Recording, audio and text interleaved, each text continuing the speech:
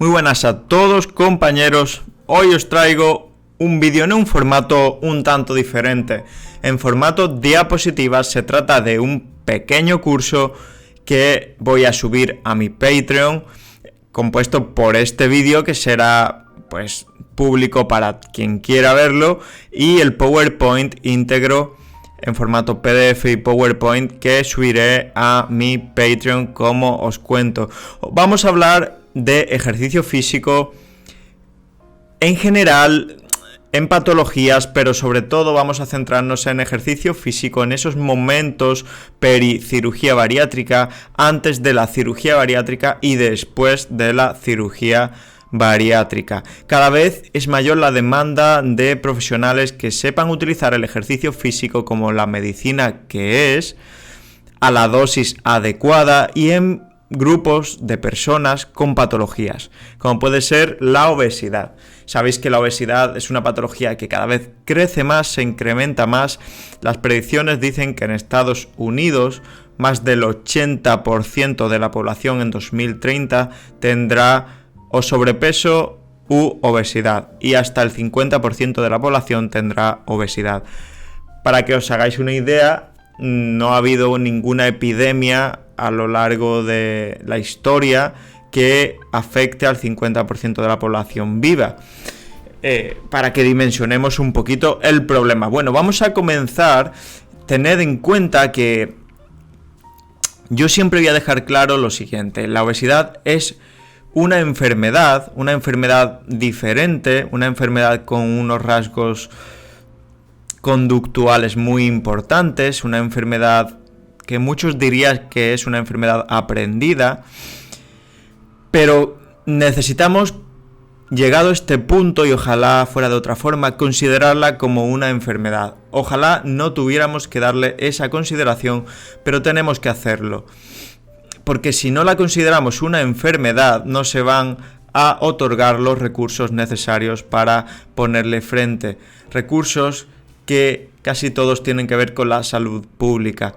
Tenemos un arsenal terapéutico contra la obesidad que se basa en el bisturí, en la cirugía, en el ejercicio físico y dieta o estilo de vida, porque no se centra simplemente los cambios en el estilo de vida en estas dos vertientes, sino que podríamos también pues hablar de urbanismo, de red de personas conocidas, de cómo la sociedad influye en la obesidad.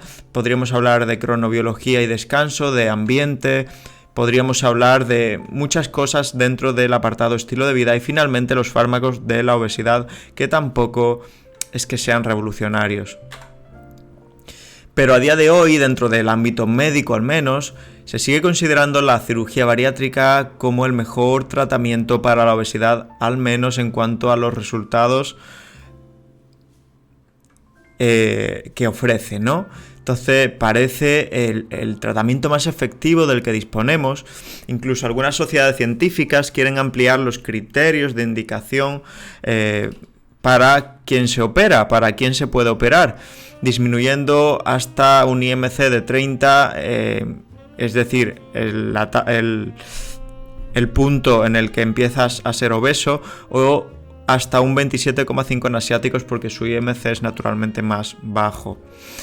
Pero claro, esta ampliación de los criterios y este optimismo respecto a la cirugía bariátrica subyace en que los estudios que evalúan la cirugía bariátrica normalmente son ensayos clínicos con un seguimiento posquirúrgico de 1 a 3 años, nunca más, o pocas veces más. Apenas hay ensayos de más de 3 años de seguimiento.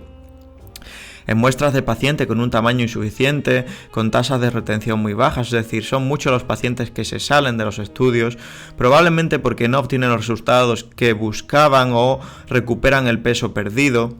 A veces hay ausencia de comparación con grupos no quirúrgicos, no pudiendo establecer qué es mejor.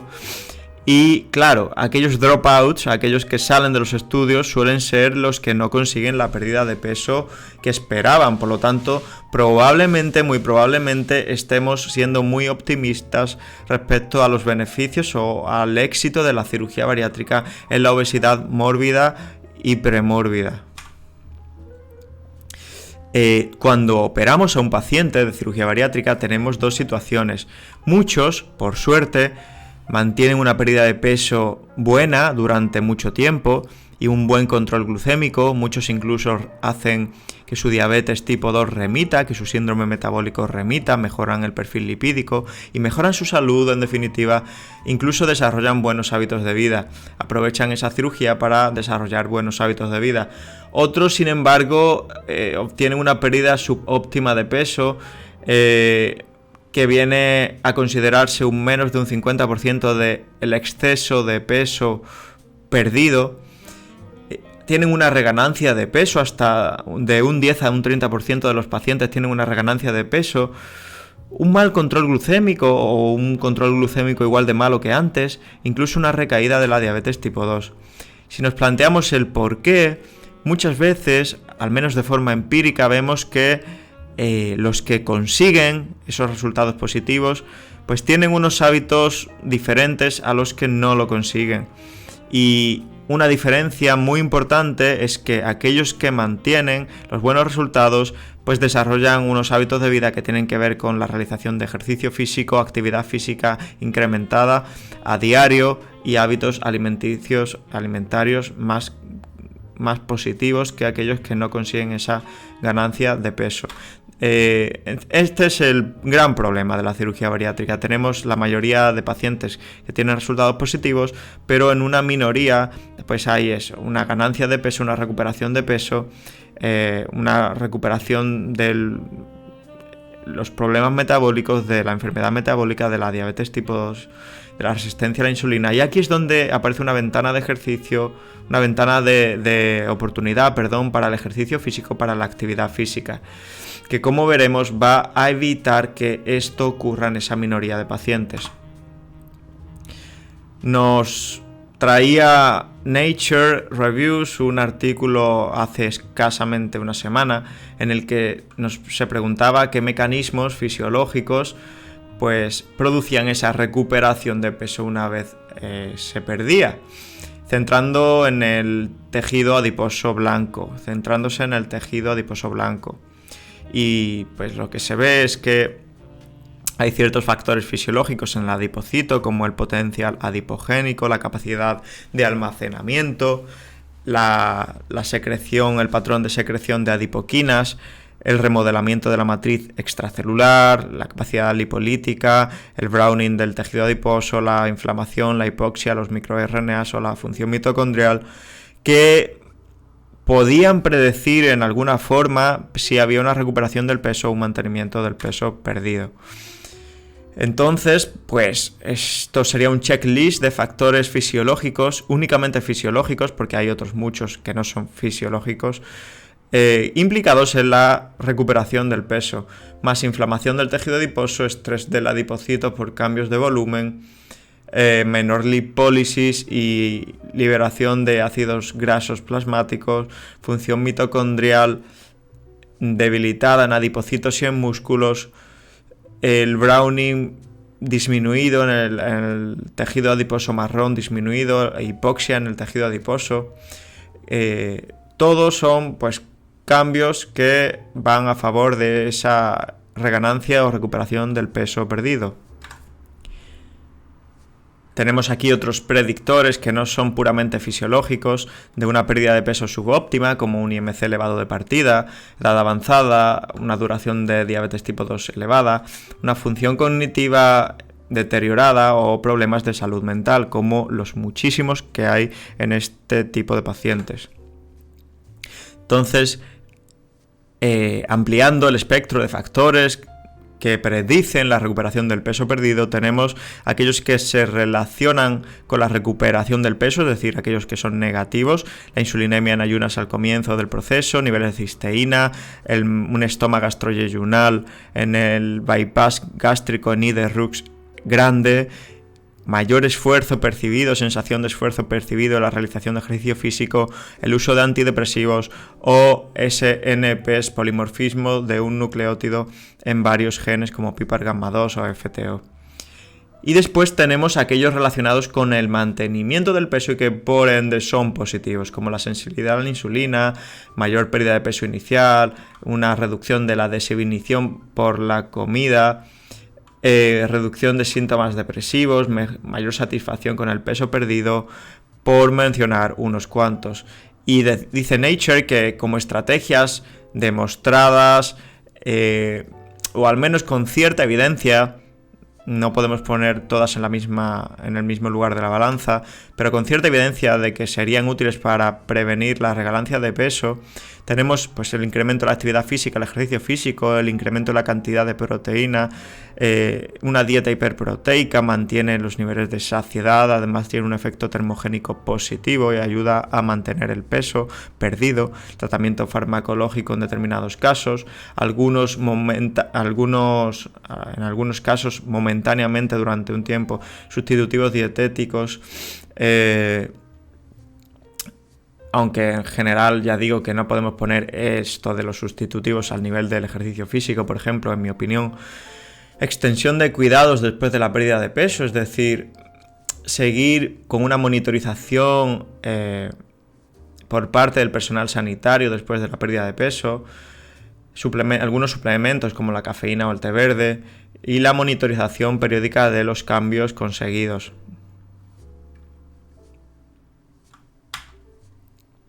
Hablemos de ejercicio físico antes de la cirugía bariátrica. Tenemos que definir dos momentos clave, o al menos dos situaciones hipotéticas en este apartado, en el ejercicio físico antes de la cirugía bariátrica. La primera situación hipotética sería desde que nace el potencial sujeto obeso hasta que empieza a adquirir un peso en el que hay que considerar la cirugía bariátrica como una posible salida o solución. En esos momentos, o en esos años, el sujeto pues deberá hacer ejercicio por las razones por las que todos tenemos que hacer ejercicio, y es para estar saludable. Primero, un obeso activo se muere menos. Esta frase se os tiene que quedar clavada. Un obeso activo se muere menos. Vemos aquí como para un IMC de 35 hay factores que disminuyen la morbimortalidad, y uno de ellos, por no decir el más importante, es la actividad física, el ejercicio físico. Tanto es así que la morbimortalidad de una persona con un IMC de 35 activa es prácticamente igual que la de una persona con un IMC de 30 sedentaria. La fisiopatología de la inactividad física cada vez se conoce mejor. Nos vamos a centrar aquí en el incremento tan visible, tan manifiesto de grasa visceral y lipotoxicidad con poquito tiempo de inactividad física, como ahora veremos, que desarrolla o facilita una inflamación crónica sistémica que es caldo de cultivo. Son ascuas en las que se desarrolla la sarcopenia, anemia, resistencia a la insulina, anemia, trastornos crónicos, aterosclerosis o neurodegeneración, que después se traduce en mayor fragilidad y posibilidad de desarrollar deterioro funcional, enfermedad metabólica cardiovascular, neoplásica o neurodegenerativa. Vemos la misma figura aquí en esta revisión magnífica de Bente Pedersen. Y lo que más me llamó la atención de la revisión previa es este estudio en vida real, en la que voluntarios sanos dieron un cambio en su estilo de vida que implementaba disminuir la cantidad de pasos dados de 10.000 a 1.500 pasos durante solo 2 semanas. Ojo a esto, 14 días.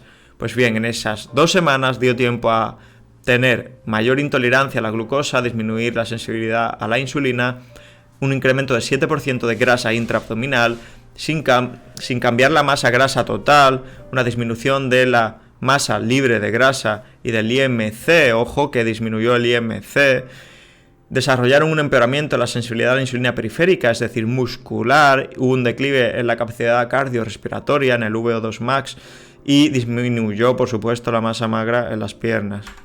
Solo después de 14 días, fijaros, hubo un aumento visible radiológicamente por resonancia de la grasa visceral. A la derecha vemos que la grasa perirrenal, perihepática, perirrenal alrededor del mesenterio pues es también mayor.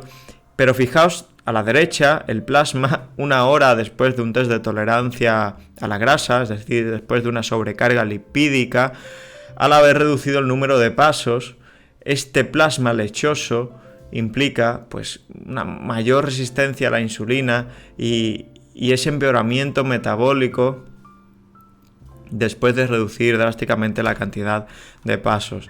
Este es otro ensayo clínico que hace prácticamente lo mismo y disminuye la cantidad de pasos de los sujetos a 1500 pasos, y lo que concluye es que en el contexto de una ingesta calórica alta, la actividad física, aquí hablamos de actividad física, no de ejercicio físico, previene los cambios fisiopatológicos como la adiposidad abdominal o resistencia a la insulina asociadas a ese exceso calórico. Es decir, incluso comiendo mal o teniendo un superávit calórico considerable, la actividad física tiene beneficios porque previene alteraciones fisiopatológicas como resistencia a la insulina o obesidad visceral. Es decir, si vas a comer mal o más de lo que tienes que comer, al menos muévete, porque eso va a ser un tampón para evitar problemas, aunque no está justificado, como siempre digo, el comer mal por el hecho de hacer ejercicio o ser activo. Hay que comer bien de forma independiente al ejercicio y hay que ejercitarse de forma independiente a comer bien. No podemos justificar que por movernos podemos comer bien. No es esto el mensaje que tratamos de decir aquí. El mensaje es que si tienes un exceso calórico, pero tienes la suerte de que tienes una vida activa, el daño va a ser menor que si además eres sedentario. Y bueno, tenemos también que hacer ejercicio físico por las mejoras que son independientes de la pérdida de peso y de grasa.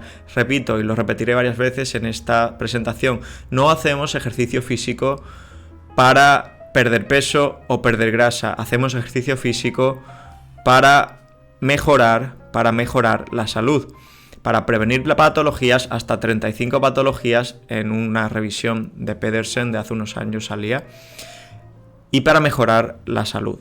Entonces vemos que el ejercicio físico vía interleuquina 6 pues enlentece el vaciado gástrico, dando una sensación de mayor plenitud,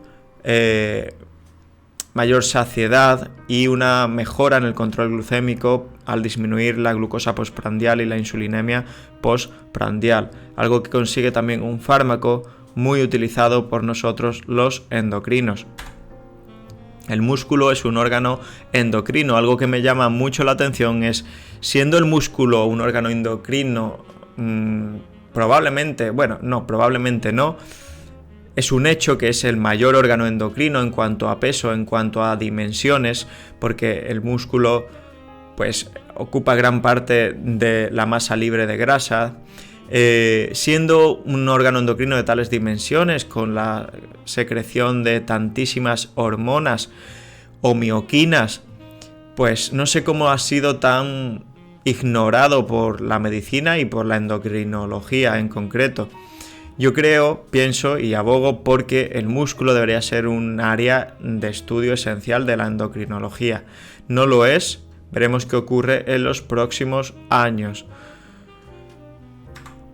Además, el ejercicio físico por diferentes vías tiene un efecto antineoplásico bastante manifiesto. Vemos aquí en esta revisión de Cell como la liberación de mioquinas como interleuquina 6 o epinefrina pues activa las células NK, la oncostatina M produce apoptosis de las células de cáncer de mama, o la Spark, la mioquina Spark, que hace lo mismo en modelos de cáncer de colon. Por supuesto, es un gran insulinsensibilizador, es un gran antidiabético el ejercicio físico, reduciendo inflamación y resistencia a la insulina, mejorando el estrés oxidativo.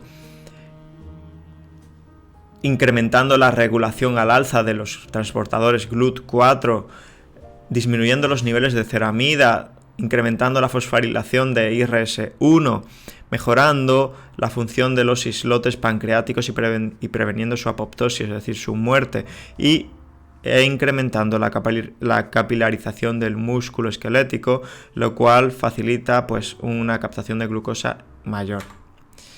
Decía Cell Metabolism en esta revisión que la interleucina 6 es como una molécula clave en los beneficios que otorga el ejercicio físico.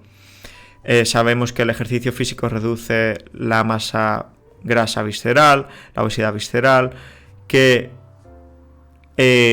este hecho depende de interleucina 6 y que hay fármacos que bloquean la interleucina 6, como algunos de los que se dan en ciertas artritis, como el tocilizumab, pues podrían inhibir estas mejoras del ejercicio físico que son dependientes de interleuquina 6. Pasa algo parecido con la metformina y con los glucosúricos más recientemente, algo que me gustará revisar en un futuro, pero parece que interfieren con las adaptaciones fisiológicas del ejercicio físico.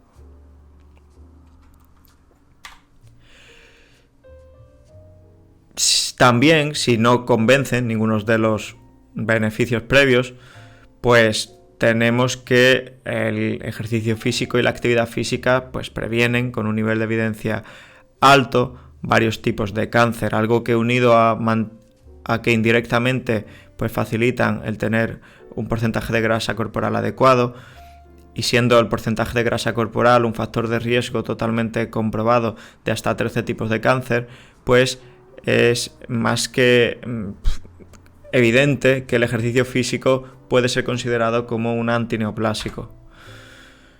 Como decía, teníamos aquí una revisión maravillosa en la que se corroboraba cómo en el ejercicio físico había evidencia de que el ejercicio físico previene hasta 35 enfermedades crónicas, Y el mensaje que siempre mando y quiero mandar es que no se hace ejercicio para perder peso o perder grasa, se hace ejercicio para mejorar la salud, prevenir patologías y optimizar la salud. Y si ninguna de las cosas previas convence, pues al menos que te convenza el hecho de que el ejercicio físico, la actividad física más de 6 horas a la semana se relacionan con 8 años más de vida. Veamos ahora si son útiles los programas de pérdida de peso prequirúrgicos. Pasamos ya ahora a otro momento más avanzado, y es cuando ya contemplamos la cirugía bariátrica en el horizonte, en la que se pueden establecer programas de peso prequirúrgicos que mejoren los resultados de la cirugía bariátrica. Lo que vemos en la mayoría de series es que hay un aumento de la actividad física moderada vigorosa y de los pasos espontáneos después de la intervención en aquellos que han sido sujetos de una intervención de ejercicio físico pre-cirugía. Entonces, esto es importante y esto es interesante, porque resulta que aquellos que hacen un programa de ejercicio físico tutelado, después, de forma espontánea, se mueven más, y es precisamente lo que queremos. Es importante saber que debería comentar cuanto antes mejor, también con una fundamentación de prehabilitación, es decir, de llegar en las mejores condiciones a una cirugía, que es una cirugía mayor y puede ser complicada, para evitar la pérdida de masa libre de grasa. Es algo crucial, como ahora veremos. No está muy claro que disminuya la morbimortalidad quirúrgica, al menos en las series no está muy claro, pero sí lo que mejora son test funcionales como la prueba de los 6 minutos, fuerza o fitness cardiorrespiratorio. Tenemos aquí algunas intervenciones, las que vemos lo que hemos dicho. Hay un incremento de pasos después de la cirugía y de actividad física moderada vigorosa realizada, pérdida adicional de masa grasa, lo que digo, mayor incremento espontáneo de pasos después de la cirugía bariátrica, y mejoría, lo de siempre, en el control glucémico, en el perfil lipídico. Por lo tanto, ¿sirve de algo los programas de pérdida de peso prequirúrgicos? Pues sí, sirven de mucho, y son costosos, son difíciles de realizar. Tutelar a este tipo de pacientes previamente a la cirugía pues es difícil. Siempre se tiene miedo de si se está haciendo mal, si no, se necesitan profesionales que sepan. Bueno, pero es útil, por supuesto que es útil. Todo ejercicio físico añadido es útil en estos momentos. Vamos a hablar ahora de qué pasa post cirugía, qué ocurre después de operarse. Sabemos que el ejercicio físico estructurado incrementa el gasto energético diario total, mejora el estado mitocondrial en el músculo esquelético, incrementa la oxidación de grasa y mejora la sensibilidad a la insulina. Vale, lo que ya sabíamos, pero ¿puede sobreponerse a la adaptación metabólica que sufren los pacientes obesos post cirugía bariátrica? Bueno, pues eso lo vamos a ver ahora mismo, es decir, ¿pueden estos cambios contrabalancear o amortiguar esa adaptación metabólica que sufren los pacientes después de una cirugía bariátrica? Aquí surge una hipótesis, y es que una hipótesis que casi no es una hipótesis, es un hecho. Lo que es una hipótesis es si esto se produce así o no. Y es que, pasado un tiempo después de la cirugía, los pacientes que han sido operados disminuyen las calorías que gastan. Disminuyen su gasto energético total diario por kilogramo de masa libre de grasa. Parece ser que para compensar una disminución en el input calórico inducida, esa disminución por la propia cirugía, es decir, el cuerpo tiende a la homeostasis, y al ver que está recibiendo menos energía por unos cambios que han sucedido en el tubo digestivo y en la fisiología del paciente, pues tiende a disminuir el gasto energético total diario para compensar y tender a esa homeostasis. El gasto energético total diario, TDE, de las siglas en inglés, está compuesto por 3 elementos fundamentales, que es la tasa metabólica basal, la termogénesis inducida por la dieta y la actividad física no dependiente del ejercicio físico, es decir, el ejercicio físico asociado, o sea, el gasto energético asociado a la actividad física, ¿vale? Este es el gasto energético, y a todo esto habría que sumarle pues el ejercicio físico que pudiera realizar un paciente en el caso de realizarlo. Pues ese gasto energético total diario, si nos fijamos en la tasa metabólica basal, cuando a una persona le quitan 20 kilos de grasa, pues esa,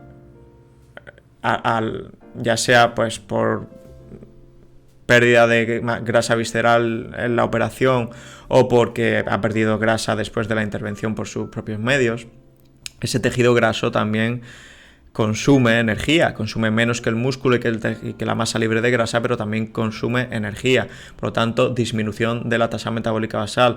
Pero es que fijaos que en una intervención como un bypass gástrico ni de Rux se pierde pues gran parte del tubo digestivo, y el tubo digestivo es un órgano metabólicamente muy activo que consume hasta el 10% de la tasa metabólica basal de una persona sana.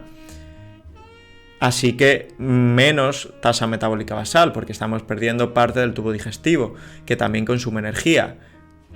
Además, hay una posible pérdida de masa muscular y hueso derivada de un déficit calórico a veces muy agresivo, una inmovilización pericirugía que hay que evitar y una actividad física pues baja en estos pacientes. No sabemos qué ocurre con la termogénesis inducida por la dieta, y lo que sí sabemos es que los pacientes operados se mueven poco, como ahora veremos. Nos dice la evidencia de que se mueven bastante poco. El músculo es algo que cuesta mucho conseguir y es muy fácil perder. Saliéndonos del tema, tenemos que 1 o 2 semanas de inmovilización en cama, inmovilización total, como la que se produce prácticamente en el hospital, en un encamamiento, pues se puede producir hasta un 0,5% diario de pérdida de masa muscular, que es mayor en los 3-5 primeros días. En este tiempo, en 1 a 2 semanas, se puede llegar a perder una persona sana, joven, hasta 1,5 kg de tejido magro, y eso es muchísimo. Pero es que la fuerza se pierde en mayor cantidad y con mayor rapidez, así como la sensibilidad a la insulina. Entonces imaginaos cómo están los pacientes en el hospital, en el que hay poquísimas posibilidades de moverse. Y esto, por supuesto, tiene contrapartida fisiopatológica. Esto se produce porque hay pues un aumento de las especies reactivas de oxígeno, hay pues una señalización adversa o disminuida de mTOR, menor síntesis proteica muscular, una resistencia anabólica por ciertas variables fisiológicas que ocurren, una mayor muscle protein breakdown, es decir, rotura, o lo contrario de muscle protein síntesis, catabolismo muscular, perdón, que no me salía el término, pues mayor resistencia a la insulina, mayor inflamación crónica de bajo grado, y todo esto va a favor de una pérdida de masa muscular importante. Por lo tanto, moraleja, un paciente pre-cirugía bariátrica o pericirugía bariátrica tiene que estar en la cama el menor tiempo posible, a poder ser el tiempo que está en la mesa de quirófano. Si puede ser únicamente el tiempo que está en la mesa de quirófano, mejor. ¿Y por qué vuelve entonces a coger peso un paciente que ha sido operado de cirugía bariátrica? Pues bueno, tenemos en cuenta que en un bypass gástrico en IDE-RUX el 31% del peso perdido es masa libre de grasa. Sabemos que la masa libre de grasa es la que tiene la tasa metabólica basal más elevada, por lo tanto esto va a tener un efecto en las calorías que gasta ese paciente después de la cirugía. Si además añadimos factores como la inmovilización o la edad avanzada con la resistencia anabólica acompañante, el efecto puede llegar a ser grande. ¿Y por qué entonces tiene que hacer ejercicio mi paciente operado? Pues bueno, tiene que hacer ejercicio por lo que ya os estáis imaginando. 12 a 18 meses después de la cirugía, el 33 al 50% de la pérdida de peso inicial es recuperada.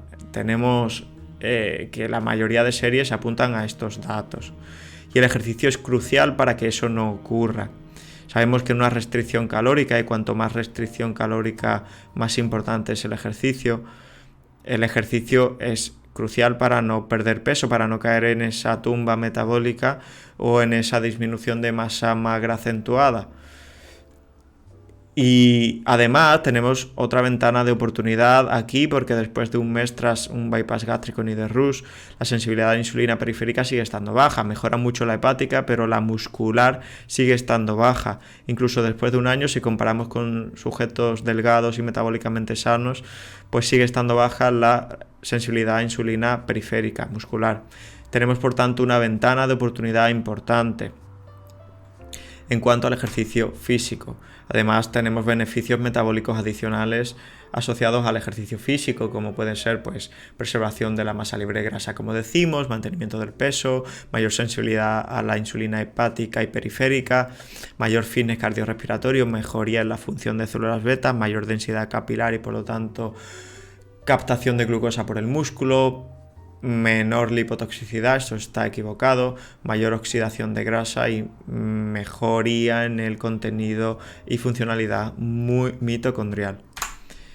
Además, no podemos dejar de tener presente que la enfermedad metabólica, como la que tienen muchos de estos pacientes, implica una miopatía funcional. El músculo de una persona con enfermedad metabólica está enfermo, hay menor cantidad de vasos, hay peor perfusión y más heterogénea perfusión, hay pues menos biodisponibilidad de óxido nítrico, menor ratio de prostaglandina I2 a tromboxano A2, menor perfusión de oxígeno, menor contenido mitocondrial, un ratio fosfocreatina disminuido, menor cantidad de fosfocreatina, un ratio fosfocreatina-fósforo disminuido, una alteración en el potencial de membrana y una reducción en la densidad de mitocondrias, todo lo cual dificulta la utilización de oxígeno en el músculo de la persona con enfermedad metabólica. Además, tenemos algunos datos de que el ejercicio físico posbariátrica permite ajustar mejor el apetito estato, por llamarlo de alguna forma, es decir, la capacidad que tiene una persona para sentirse saciado en el momento correcto y no comer de más Pues probablemente porque haya ahí una serie de mioquinas que ejerzan una acción en el sistema nervioso central sobre las hormonas del apetito.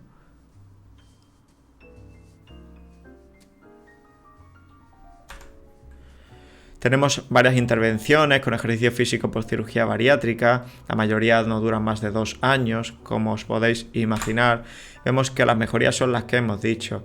Pues es importante ver que pues, la mejoría más óptima se consigue con ejercicio tanto aeróbico como de fuerza. Vemos pues mayor ganancia de peso y de masa grasa, disminución de pérdida de masa libre de grasa, mejora funcional, mejora cardiorrespiratoria, mejora de fuerza.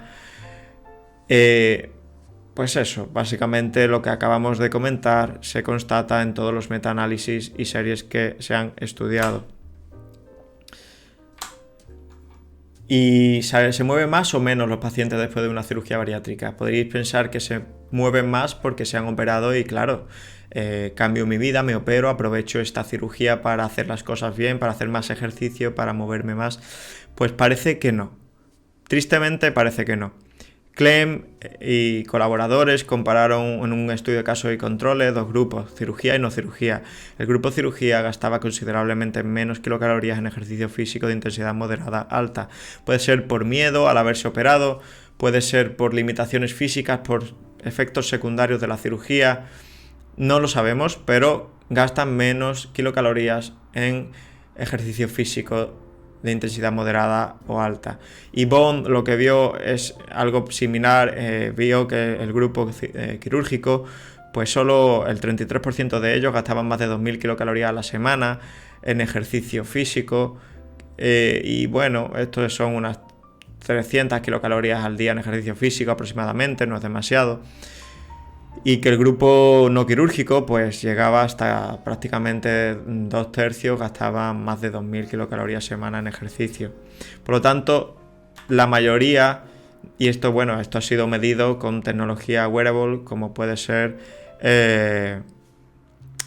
pues cualquier pulsera o reloj de las que inteligentes, de las que ahora mismo casi todos tenemos.